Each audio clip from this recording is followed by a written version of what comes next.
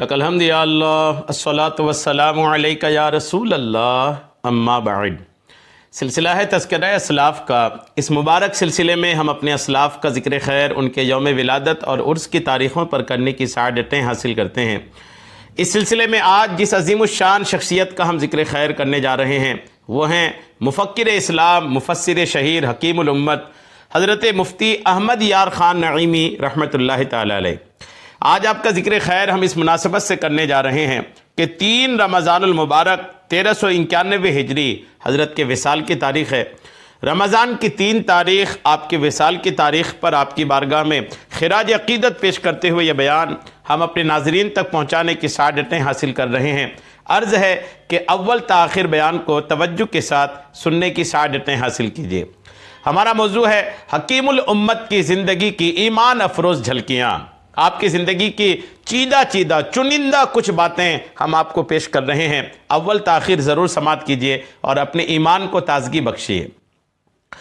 حکیم الامت حضرت مفتی احمد یار خان نعیمی رحمۃ اللہ تعالی علیہ کو دور طالب علمی میں رات مطالعہ کے لیے جو تیل ملتا تھا، بہت زیادہ مطالعے کے شوقین تھے آپ، کتابوں کو پڑھنے کا بڑا شوق تھا، آپ کو زبردست شوق رکھتے تھے کتابوں کے مطالعے کا۔ جب یہ مدرسے میں پڑھتے تھے تو یوں آپ کو مطالعے کے لیے آپ کے لیمپ میں، آپ کے چراغ میں جو تیل ملتا تھا اس کے تعلق سے اور آپ کے مطالعے کے تعلق سے ایک ایمان افروز بات سنیے۔ حضرت مفتی احمد یار خان نعیمی رحمۃ اللہ علیہ کو دور طالب علمی میں رات مطالعہ کے لیے جو تیل ملتا تھا وہ تقریباً آدھی رات تک چلتا، چراغ تو بجھ جاتا، آدھی رات کے بعد تیل ختم ہونے کی وجہ سے چراغ تو بجھ جاتا، مگر آپ رحمت اللہ علیہ کے شوق علم کا دیا، آپ کے علم دین کی شوق کا جو چراغ ہے وہ جلتا رہتا۔ چنانچہ جب مدرسہ کا چراغ گل ہو جاتا، مدرسہ کا چراغ بجھ جاتا تو آپ رحمت اللہ علیہ باہر نکل آتے اور گلی میں جلتے ہوئے بلب کی روشنی میں بیٹھ کر کے مطالعہ کرنے میں مصروف ہو جاتے۔ غور کیجئے کہ مطالعے کا کتنا شوق تھا۔ یہ حالات زندگی حیات سالک کے صفحہ نمبر 69 میں یہ بات الحمدللہ لکھی ہے۔ غور کیجئے کہ حکیم الامت کو مطالعے کا کتنا شوق تھا، مطالعے کا کتنا آپ کو لگن تھا کہ الحمدللہ جو آپ کے پاس اپنا چراغ ہوتا تھا اس کا تیل ختم ہونے کے بعد بھی آپ مدرسے سے باہر آ کر کے، باہر جو گورنمنٹ کا بلب جلا ہوا ہوتا تھا، آپ اس کی روشنی میں الحمدللہ علم دین حاصل کرتے تھے۔ غور کیجئے حضرت مفتی احمد یار خان نعیمی رحمۃ اللہ تعالی علیہ کے زمانہ طالب علمی میں ایک رات طالب علموں نے خوب شور شرابہ کیا اور کافی دیر تک غل گپاڑا مچاتے رہے۔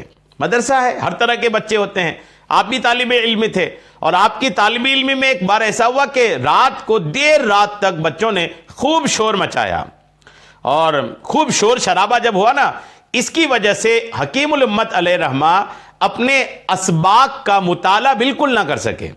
آپ کی عادت تھی کہ کل جو سبق پڑھنا ہے آپ اس کا بالاستیعاب توجہ کے ساتھ مطالعہ کر کے پھر تشریف لے جاتے ہیں، اور یوں ہوا ایک رات کے بچے شور شرابہ کرتے رہے، آپ پڑھ ہی نہیں پائے، بالکل مطالعہ نہ کر سکے۔ صبح جب کلاس میں استاد محترم علامہ قدیر بخش بدایونی رحمۃ اللہ علیہ سے نومیر کا سبق پڑھنے بیٹھے تو انتہائی توجہ اور یکسوئی کے باوجود بھی سبق سمجھ میں نہیں آیا۔ رات کو پڑھ کے نہیں آئے تھے، اور جب رات کو پڑھ کے نہیں آئے تو درس گاہ میں اگرچہ آپ نے پوری توجہ دی لیکن رات کو ایڈوانس پڑھ کے آنے کا جو فیض ہے، پڑھ کے آنے کا جو فائدہ ہے وہ نہ ملنے کی وجہ سے آپ سبق سمجھ نہیں پا رہے تھے۔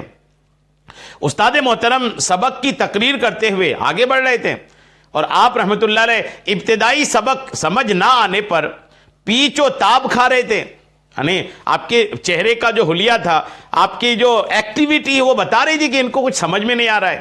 بالآخر آپ رحمت اللہ علیہ کی آنکھیں بھر آئیں۔ شوق دیکھیے، علم دین کا جذبہ دیکھیے کہ جب سبق سمجھ میں نہیں آ رہا تھا نا تو رونے لگے آپ اور ٹپ ٹپ آنسو گرنے لگے۔ استاد محترم نے یہ منظر دیکھا تو فرمانے لگے، احمد یار خان کیا پریشانی ہے؟ رات مطالعہ نہیں کیا اور پھر بھی سبق سمجھنے کی کوشش کرتے ہو؟ پھر شفیق اور مہربان استاد نے درجے میں باوضو بیٹھنے کی ترغیب دلائی۔ استاد محترم استاد ہوتے ہیں، استاد نے کہا کہ اب اگلے دن سے جب درجے میں بیٹھا کرو، کلاس میں بیٹھا کرو تو باوضو بیٹھا کرو۔ استاد محترم علامہ قدیر بخش بدایونی رحمۃ اللہ علیہ کی نگاہ کشف و بصیرت دیکھ کر آپ رحمۃ اللہ علیہ حیرت زدہ رہ گئے. یعنی رات کو بچوں نے شور شرابہ کیا تھا, میں نے پیشگی اپنا سبق پڑھ کے نہیں آ پایا تھا, یہ ساری باتیں تو مجھ تک تھی, لیکن استاد نے سارا پردہ اٹھایا. تو اپنے استاد کے, حکیم الامت نے اپنے استاد کے علامہ قدیر بخش رحمۃ اللہ علیہ کے کشف اور بصیرت کو دیکھ کر کافی حیرت زدہ ہوئے. چنانچہ آپ نے استاد محترم کی, حکیم الامت نے استاد محترم کی ترغیب پر لبیک کہتے ہوئے درجے میں باوضو بیٹھنے کی نیت کی اور رات کا واقعہ کہہ سنایا کہ رات کو حضور بچے جو تھے, طلبہ تھے, وہ بڑا شور شرابہ کر رہے تھے, جس کی وجہ سے میں مطالعہ سے محروم رہ گیا تھا. حضرت علامہ قدیر بخش رحمۃ اللہ علیہ نے اسی وقت ہدایات جاری کر دی کہ احمد یار خان کے لیے فوری طور پر الگ کمرے میں رہنے کا انتظام کر دیا جائے. ہو سکتا ہے کہ اس روم کے جو آپ کے روم پارٹنر تھے وہ بچے غافل تھے, وہ شوق علم دین سے خالی تھے, تو وہ شور شرابہ کرتے تھے رات کو. تو آپ کے استاذ محترم نے فوری طور پر یہ حکم نامہ جاری فرمایا کہ احمد یار خان نعیمی کے لیے الگ سے کوئی ایک روم کا انتظام کیا جائے. اس نئے انتظام سے حکیم الامت مفتی احمد یار خان نعیمی رحمۃ اللہ علیہ کی تمام پریشانیاں دور ہو گئیں. مزید لطف یہ ہوا کہ اس کمرے میں شیخ الحدیث و تفسیر حضرت علامہ مفتی عزیز احمد بدایونی علیہ رحمہ جیسے محنتی اور سمجھدار طالب علم کی رفاقت ساتھ ہونا آپ کو میسر آ گئی. یعنی جو نیا روم آپ کو ملا نا, اس میں حضرت علامہ مفتی عزیز احمد بدایونی رحمۃ اللہ علیہ, جو بعد میں شیخ الحدیث و تفسیر بن کر کے دنیا کے سامنے تشریف لائے, اس شخصیت کے ساتھ رہنا بھی آپ کو نصیب ہو گیا. یوں الحمدللہ وقت کے دو عظیم ستاروں کا ایک کمرہ ہوا, اور پھر یہ مطالعے کے شوق سے آگے بڑھ کر اس مقام کو حاصل کیا کہ آج آپ کا تذکرہ ہم کرنے کی سعادتیں حاصل کر رہے ہیں. حضرت مفتی احمد یار خان نعیمی رحمۃ اللہ علیہ کے یہ مطالعے کا, آپ کی پڑھائی کی ایک بات آپ نے سنا, کھانے پینے کے معاملے میں آپ کی احتیاط دیکھیے. حضرت مفتی احمد یار خان نعیمی رحمۃ اللہ علیہ نے طالب علمی کا دور بڑی محنت اور جاں فشانی سے گزارا. بڑی محنت سے آپ نے طالب علمی کا دور گزارا تھا. بس کتابیں ہوتی اور آپ ہوتے, یہاں تک کہ کھانے کا وقت شروع ہو جاتا تو طلبہ کھانے کا اچھا اور عمدہ حصہ حاصل کرنے کے لیے ایک دوسرے پر سبقت لے جانے کی کوشش کرتے اور جلدی جلدی قطار میں, لائن میں لگ جاتے. مگر حضرت مفتی احمد یار خان نعیمی رحمۃ اللہ علیہ سب سے اخیر میں آتے, یعنی کھانے کے لیے سب سے اخیر میں تشریف لا رہے ہیں. باقی پڑھائی میں سب سے آگے, درس گاہ میں سب سے آگے, اور سبق پڑھنے میں سب سے آگے, عبارت پڑھنے میں سب سے آگے, لیکن جب کھانے کی باری آئی تو آپ سب سے پیچھے ہیں. عموماً لوگ کہتے ہیں کھانے میں سب سے آگے آ جاؤ اور باقی دیگر چیز میں بھلے پیچھے ہو جاؤ. عموماً لوگوں کی سوچ یہ ہوتی ہے, لیکن حکیم الامت کی سوچ دیکھیے, پڑھنے میں سب سے آگے ہے, اور جب کھانے کی تقسیم ہوتی ہے, کھانے کا تقسیم کا معاملہ ہوتا ہے, تو آپ الحمدللہ سب سے پیچھے ہیں. سارے بچے تو پہلے آ جاتے تھے کہ لذیذ ترین کھانا یا کھانے کا جو بہتر حصہ ہے وہ ہم کو مل جائے, لیکن حکیم الامت مفتی احمد یار خان نعیمی سب سے اخیر میں تشریف لاتے.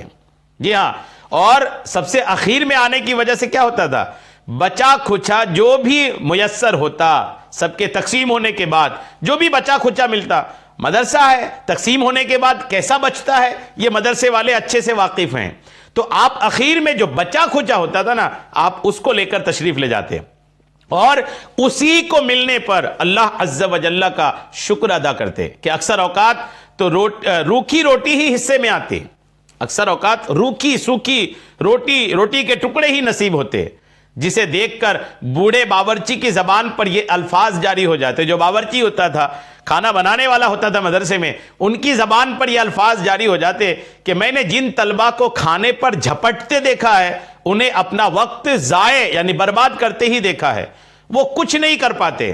تم چونکہ ان سب سے جدا اور الگ ہو, اس لیے ایک دن علم کے آفتاب بن کر چمکو گے. الحمدللہ یہ اس آپ کے جو مدرسے کے باورچی خانہ کے جو باورچی تھے نا, انہوں نے بھی آپ کے حالات سے اتنے متاثر ہوئے کہ انہوں نے بھی پیشگی طور پر ایک خوش آئند بات کا اظہار کیا کہ دوسرے بچے جو جھپٹتے ہیں وہ اپنا وقت ضائع کرتے ہیں, تم اخیر میں آتے ہو, اپنی پڑھائی میں مشغول رہتے ہو, تم انشاءاللہ علم کے آفتاب بن کر کے چمکو گے. غور کیجئے کہ واقعی میں اس باورچی کی بات بھی کیسی ثابت ہوئی اور کیسی صحیح ہوئی کہ آج الحمدللہ دنیا آپ کی کتابوں کا مطالعہ کر کے اس سے فیض حاصل کر رہی ہے الحمدللہ۔ تو کھانے میں سب سے پیچھے آتے تھے۔ حکیم الامت مفتی احمد یار خان نعیمی رحمۃ اللہ علیہ کو سرکار غوث پاک رحمۃ اللہ تعالی علیہ سے والہانہ محبت تھی، بہت محبت کرتے تھے غوث پاک سے۔ آپ رحمۃ اللہ علیہ اپنی زندگی میں قطب ربانی، شہباز لامکانی، قندیل نورانی، غوث سمدانی، محی الدین حضور سیدنا غوث اعظم شیخ عبد القادر جیلانی رحمۃ اللہ علیہ کی نسبت سے 11 کے عدد کو بڑی اہمیت دیا کرتے تھے۔ 11 کی عدد سے بہت لگاؤ تھی آپ کو، کیوں؟ اس لیے کہ 11ویں شریف سے نسبت رکھتا ہے۔ یہاں تک کہ آپ کے گھر میں اوپر نیچے سب ملا کر جو آپ نے کمرے بنائے نا، وہ بھی 11 بنائے الحمدللہ۔ اور مغرب کے بعد 11 منٹ تک چہل قدمی، عشاء کے بعد 11 منٹ تک گفتگو کرنا، پھر گھر میں 11 کمروں کا ہونا حضور غوث اعظم شیخ عبد القادر جیلانی سے گہری عقیدت و محبت اور الفت کی علامت و نشانی ہے۔ 11 منٹ تک چہل قدمی، 11 منٹ بعد گھر میں کمرے بھی 11 ہونا، یہ تو لوگوں کو سمجھ میں آیا، ظاہر ہوا، ورنہ پتہ نہیں آپ اپنی زندگی کے معمولات میں کہاں کہاں 11 کی عدد کا لحاظ رکھتے تھے۔ جی ہاں الحمدللہ، سرکار غوث پاک رحمۃ اللہ تعالی علیہ سے ایسی محبت تھی آپ کو۔ یہ محبت ہو بھی کیا نا کہ اس محبت کی وجہ سے الحمدللہ لاکھوں لاکھ ایسے لوگ ہوں گے جو غوث پاک کی انہی محبتوں کی وجہ سے قیامت کے دن وارے نیارے ہو جائیں گے۔ اچھا، حکیم الامت مفتی احمد یار خان نعیمی رحمۃ اللہ علیہ کی ایک اور عادت دیکھیے، آپ ایک سے زیادہ گھڑیاں رکھتے تھے، ایک گھڑی پر آپ نے کبھی اعتماد نہیں کیا۔ حضرت مفتی احمد یار خان نعیمی رحمۃ اللہ علیہ رات 2 بجے اٹھ کر نماز تہجد اور وطر ادا کرتے، پھر کچھ دیر اوراد و وظائف میں مشغول رہتے، اس کے بعد 1 گھنٹہ آرام فرماتے اور پھر اٹھ کر وظائف پڑھتے تھے، فجر کی سنت گھر میں ادا کرتے، پھر دونوں شہزادوں کو لے کر مسجد تشریف لے جاتے۔ آپ رحمۃ اللہ علیہ اپنے پاس ایک سے زیادہ گھڑیاں رکھتے تھے، ایک کلائی پر ہوتی تو دوسری جیب میں، کبھی کبھار تو جیب میں 2 گھڑیاں آپ رکھا کرتے تھے۔ پھر ان گھڑیوں کا وقت درست رکھنے کا، صرف گھڑی نہیں، گھڑی کا وقت درست رکھنے کا بھی خوب خیال رکھتے، اور یہ سارا اہتمام دراصل نماز اور جماعت کے لیے ہوتا تھا۔ 2 گھڑیاں نا، یہ نماز اور جماعت کے لیے ہے۔ گھڑی ہے الیکٹرانک چیز ہے، بیٹری سے چلتی ہے، کم ہو گئی بیٹری، بند ہو گئی گھڑی، آگے پیچھے ہو گئی، سلو ہو گئی، کچھ بھی ہو سکتا ہے، الیکٹرانک چیز ہے۔ آج بہت اس معاملے میں ترقی کی ہے دنیا، لیکن آج سے کچھ برسوں پہلے یہ اتنی ترقی معاملہ نہیں تھا۔ تو آپ صرف وقت کی پابندی کرنے کے لیے، نمازوں کو اس کے وقت پہ جماعت کے ساتھ تکبیر اولیٰ کے ساتھ ادا کرنے کے لیے آپ 2 گھڑی رکھتے تھے کہ ایک خراب ہوگی تو دوسری سے صحیح وقت معلوم چل جائے گا۔ سبحان اللہ، اللہ والوں کی شان اونچی اور ادائیں نرالی ہوتی ہیں، اللہ والوں کی شان اونچی اور ادائیں نرالی ہوتی ہیں، ان کے انداز عام لوگوں سے جدا ہوتے ہیں۔ یہ شریعت پر عمل کرنے کا خوب الحمدللہ اہتمام فرماتے ہیں۔ غور کیجئے کہ مفتی احمد یار خان نعیمی رحمۃ اللہ تعالی علیہ کس قدر شریعت کے پابند تھے۔ آپ رحمۃ اللہ علیہ نماز با جماعت تکبیر اولیٰ کے ساتھ ادا کرنے کے گویا عاشق تھے۔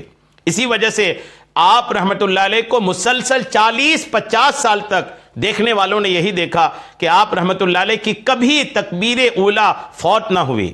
آپ رحمۃ اللہ علیہ نے پیش امام صاحب کو حکم دے رکھا تھا کہ کسی بھی بڑی سے بڑی شخصیت کی وجہ سے نماز با جماعت میں آدھے منٹ کی تاخیر بھی نہ ہو، ہر ایک کو نماز کی خود فکر ہونی چاہیے، اگرچہ میں کیوں نہ ہوں۔ الحمدللہ، غور کیجئے کہ ایک تو نماز کی بھی اتنی اہمیت آپ کو الحمدللہ۔ آخری میں ایک واقعہ سنیے، شیخ طریقت امیر اہل سنت بانی دعوت اسلامی حضرت علامہ مولانا ابو بلال محمد الیاس اتار قادری دامت برکاتہم العالیہ سے ایک مدنی مذاکرے میں مفتی احمد یار خان نعیمی رحمۃ اللہ علیہ کے بارے میں سوال ہوا کہ آپ ان سے اتنی محبت کیوں کرتے ہیں، وجہ ارشاد فرما دیں۔ تو آپ دامت برکاتہم العالیہ نے جواب میں مفتی صاحب کی سادگی اور محبت رسول کا ایک آنکھوں دیکھا واقعہ بیان فرمایا الحمدللہ مجھے شروع سے ہی مذہبی ماحول مل چکا تھا، دیگر علماء اہل سنت کی کتاب پڑھنے کے ساتھ ساتھ حضرت مفتی احمد یار خان نعیمی رحمۃ اللہ علیہ کی کتابیں بالخصوص جال حق مطالعہ میں رہا کرتے تھے۔ آج سے کم و بیش 45 سال پہلے کی بات ہے، ان دنوں مفسر شہیر مفتی احمد یار خان نعیمی رحمۃ اللہ علیہ حج سے واپسی پر باب المدینہ کراچی تشریف لائے۔ ہند کے صوبہ گجرات کے ضلع جوناگڑھ کے ایک گاؤں نام کتیانا کی اکثریت بزرگوں کی ماننے والی ہے۔ اسی مناسبت سے ہماری برادری نے باب المدینہ اولڈ سٹی ایریا میں کتیانا میمن کمیونٹی ہال قائم کر رکھا تھا۔ چنانچہ اسی ہال میں قبلہ مفتی صاحب کا بیان رکھا گیا۔ امیر علیہ سنت فرماتے ہیں کہ اپنے چند دوستوں کے ساتھ وہاں پہنچ گیا۔ جب مفتی صاحب وہاں تشریف لائے تو میں سمجھ ہی نہیں پایا کہ بالکل دبلے پتلے سادہ کپڑوں میں ملبوس نظر آنے والی یہ شخصیت کون ہے۔ بعد میں معلوم ہوا کہ یہی مفتی احمد یار خان نعیمی ہیں۔ جب آپ رحمت اللہ علیہ نے بیان شروع فرمایا تو اعلیٰ حضرت کے نعتیہ کلام کا ایک شعر پڑھا، میں تو مالک ہی کہوں گا کہ ماں ہو مالک کے حبیب، یعنی محبوب و محب میں نہیں میرا تیرا۔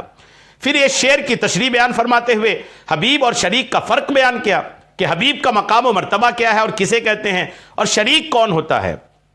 یوں معلوم ہوتا تھا کہ زبان مبارک سے علم کے چشمے ابل رہے ہیں۔ حیران تھا کہ سادگی کا یہ انداز اور ایسا زوردار علمی بیان کہ بس کچھ نہ پوچھئے۔ اسی بیان کے دوران حکیم الامت نے اپنا ایک واقعہ بیان کرتے ہوئے فرمایا کہ مدینہ منورہ میں میرے ہاتھ میں چوٹ لگ گئی تھی، جس کی وجہ سے ہڈی ٹوٹ گئی۔ بڑا درد اور تکلیف ہوئی، ڈاکٹروں کو دکھایا تو انہوں نے کہا آپریشن کر کے ہڈی کو جوڑنا پڑے گا۔ چنانچہ میں نے اپنا ذہن بنا لیا کہ آپریشن کروا لیتے ہیں۔ پھر خیال آیا کہ اس میں پریشان ہونے کی کیا ضرورت ہے، میں تو مدینے میں ہوں اور یہ درد بھی مجھے مدینے کی نورانی فضاؤں اور پرکیف ہواؤں میں ملا ہے۔ جو ہی دل میں یہ خیال آیا، میں نے فوراً اپنے ہاتھ کے ٹوٹے ہوئے حصے کو بوسہ دیا اور کہا اے مدینے کے درد، تیری جگہ تو میرے دل میں ہے۔ پھر میں نے آپریشن کا ارادہ ملتوی کر دیا اور اس کے بعد درد بھی الحمدللہ رفتہ رفتہ دھیرے دھیرے کم ہوتا گیا۔ پھر اپنا ٹوٹا ہوا ہاتھ حکیم الامت نے دکھاتے ہوئے فرمایا کہ دیکھیے ہاتھ کی ہڈی اب بھی ٹوٹی ہوئی ہے مگر درد نہیں ہو رہا ہے۔ غور کیجئے کیا شان ہے اللہ والوں کی، عشق مدینے کی کیا حال ہے۔ الحمدللہ یہ ساری باتیں میں نے آپ کو فیضان مفتی احمد یار خان نعیمی جو المدینۃ العلمیہ نے شائع کی ہے اس سے برکتیں لیتے ہوئے پیش کیا ہے۔ 3 رمضان آپ کے عرس کی تاریخ ہے، خوب ایصال ثواب کیجئے، برکتیں حاصل کیجئے۔ اللہ کریم ان کے مزار پاک پر خوب رحمتیں نازل فرمائے، آمین بجاہ النبی الامین صلی اللہ تعالی علیہ وسلم۔